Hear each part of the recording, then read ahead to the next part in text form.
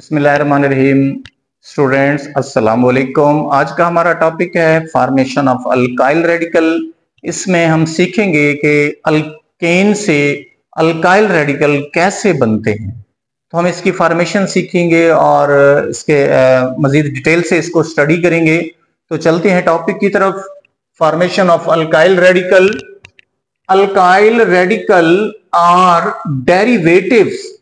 Derivatives का मतलब होता है अखज करना, यानी किसी एक कंपाउंड से मजीद कंपाउंड हासिल करना, डिराइव करना, अखज करना, निकालना, नए मुरक्कबात बनाना, किसी एक मुरक्कब से नए मुरक्कबात बनाना, ये डेरिवेटिव्स के मायने में आता है। डेरिवेटिव्स ऑफ अल्केन्स, यानी अल्केन से हम नए मुरक्कबात बनाते हैं या अल्काइल रेडिकल बनाते हैं। दे आर फॉर्म, वो कैसे बनते हैं? By removal of one of hydrogen atom of alkane. Alkane में से एक हाइड्रोजन निकालकर हम अल्केन से नए मुरक्कबात कैसे बनाती हैं, कैसे डिराइव करते हैं? अल्केन ग्रुप के जितने भी मेंबर हैं उनमें जो हाइड्रोजन मौजूद होती है, सिर्फ एक हाइड्रोजन को निकालते हैं। एक हाइड्रोजन को निकालने के बाद वो अल्काइल रेडिकल बन जाता है और उसे हम आर से रिप्रेजेंट कर रहे होते हैं। अल्काइल रेडिकल को हम आर से रिप्रेजेंट कर रहे होते हैं।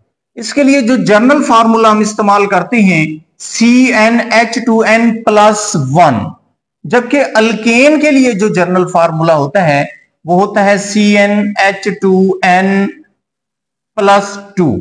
यानी एक हाइड्रोजन हमने यहां पर रिमूव कर दी, 2 की बजाय 1 आ गया। 2 की बजाय 1 आने से एक हाइड्रोजन निकल गई। ये अल्केन का जर्नल फार्मूला है और ये अल्काइल रेडिकल का जर्नल फार्मूला है। हम यहां पर इसको समझने की कोशिश करते हैं कि अल्केन है और उससे अल्काइल रेडिकल कैसे बनते हैं। हमारे पास एक अल्केन सीरीज का पहला मेंबर है CH4। ये अल्केन सीरीज का पहला मेंबर है और इसे मीथेन कहते हैं। मीथेन, इसमें से क्या करेंगे? हम एक हाइड्रोजन को निकाल देंगे, रिमूवल ऑफ 1 हाइड्रोजन। जब एक हाइड्रोजन हम निकालेंगे तो यहां देखें CH4 नहीं है, CH3 है। तो CH3 है, साथ मैंने ये एक लाइन लगाई है, इसको बॉन्ड लाइन कहते हैं। क्यों ये लाइन लगाई है? क्योंकि एक हाइड्रोजन निकल चुकी है। ये स्टेबल कंपाउंड है, ये अनस्टेबल है। एक हाइड्रोजन इसमें से रिमूव हो गई है। एक हाइड्रोजन के रिमूव होने से ये मिथाइल बन गया, ये मिथाइल बन गया। ये मीथेन, ये मिथाइल, ये अल्केन, ये अल्काइल। देखें आप, अल्केन का जो आखिरी 3 वर्ड हैं ANE को हटाकर हम YL लगा देते हैं लिखते हुए भी। यहां देखिए मैंने मीथेन लिखा है METHANE को हटाकर यहां पर मैंने YL लगाया है, तो मीथेन से मिथाइल बन गया। नाम भी उसका चेंज हो गया। जैसे उसके हाइड्रोजन निकालने से उसका स्ट्रक्चर चेंज हो गया, उसका नाम भी चेंज हो गया। मीथेन से मिथाइल रेडिकल बन गया। एक और एग्जांपल देखते हैं हम C2H6 की। इसको इथेन कहते हैं। इथेन, एक हाइड्रोजन निकालने से ये बन गया जी C2H5 बॉन्ड। इसको क्या पढ़ते हैं? इथाइल पढ़ते हैं। इसको इथेन पढ़ते हैं, इसको इथाइल पढ़ती हैं। इसी तरह इसके दूसरे मेंबर्स भी हैं, C3H8 है, C4H10 है।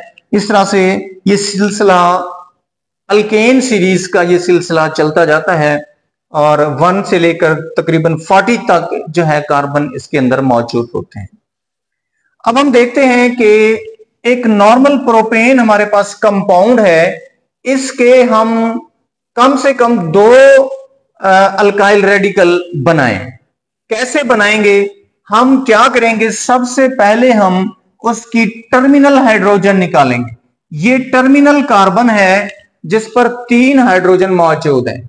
हम क्या करेंगे? नॉर्मल प्रोपेन में से जो टर्मिनल कार्बन है उसकी एक हाइड्रोजन निकाल देंगे। H3C bond CH2 bond CH2, यहां पर CH3 था, अब CH2 हो गया। एक हाइड्रोजन निकल गई, तो यहां पर हाइड्रोजन के निकलने की वजह से बॉन्ड लाइन आ गई, बॉन्ड लाइन आ गई।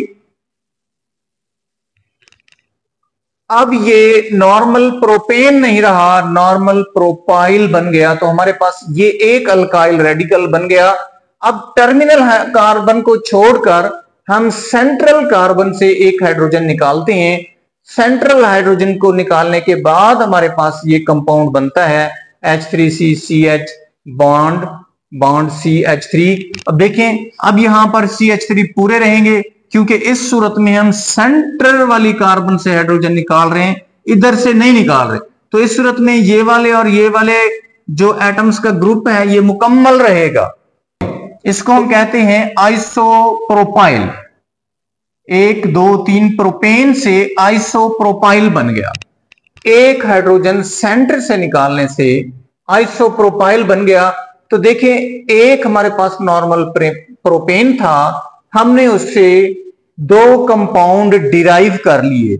इसको कहते हैं डेरिवेटिव ऑफ अल्केन। ये अल्केन सीरीज का कंपाउंड है और इससे हमने जो डिराइव किए हैं 2 कंपाउंड, ये अल्काइल रेडिकल। क्लियर हो गया। अब हम देखते हैं नेक्स्ट एग्जांपल को। नॉर्मल ब्यूटेन है हमारे पास, नॉर्मल ब्यूटेन। ये क्वेश्चंस अक्सर पेपर में आते हैं, तो इसलिए मैं खास तौर पर तवज्जो दे रहा हूं। शॉर्ट क्वेश्चंस में आते हैं, आप देखें वो पूछते हैं कि नॉर्मल ब्यूटेन से कितने अल्काइल रेडिकल बनते हैं, ये कम से कम 2 अल्काइल रेडिकल बनाएं। तो हम सबसे पहले क्या करेंगे, टर्मिनल कार्बन से एक हाइड्रोजन निकालेंगे। टर्मिनल हाइड्रोजन निकालने के बाद हमारे पास यहां देखें H3C bond CH2 bond CH2 bond CH2, यहां CH3 की बजाय CH2, साथ में बॉन्ड लाइन आ गई। तो ये है जी नॉर्मल ब्यूटाइल। नॉर्मल ब्यूटेन से ये 1 कंपाउंड डिराइव हुआ जिसका नाम नॉर्मल ब्यूटाइल। अब हम देखते हैं दूसरा कंपाउंड हमने कैसे डिराइव किया। हम उसकी सेकेंडरी कार्बन से, ये 1 है, ये 2 है, ये 3 है, ये 4 है, तो सेकेंडरी कार्बन से, या सेंट्रल कार्बन भी इसको कह सकते हैं। तो सेकेंडरी कार्बन से जब हम एक हाइड्रोजन निकालते हैं, तो सेकेंडरी कार्बन पर 2 हाइड्रोजन की बजाय अब 1 हाइड्रोजन रह जाएगी और ये बॉन्ड लाइन आ जाएगी।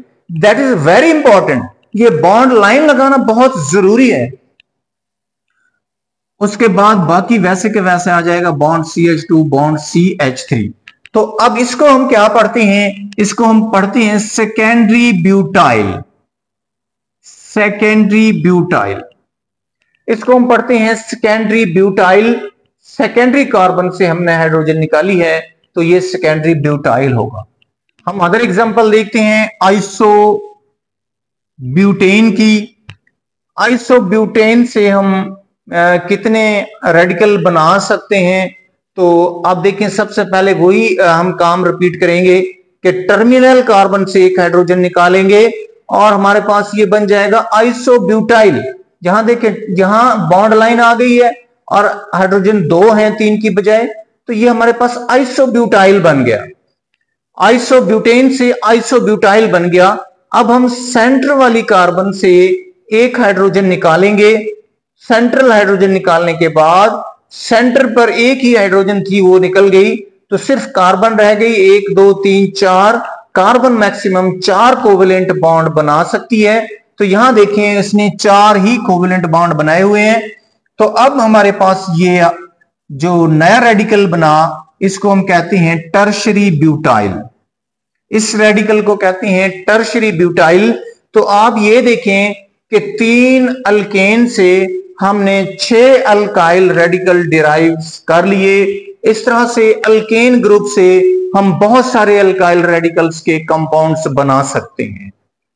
तो आज का हमारा यही लर्निंग थी हमारी कि हम अल्काइल रेडिकल्स की फॉर्मेशन किस तरह से कर सकते हैं। उम्मीद है आपको समझ आ गया होगा। Thanks for watching. Allah Hafiz.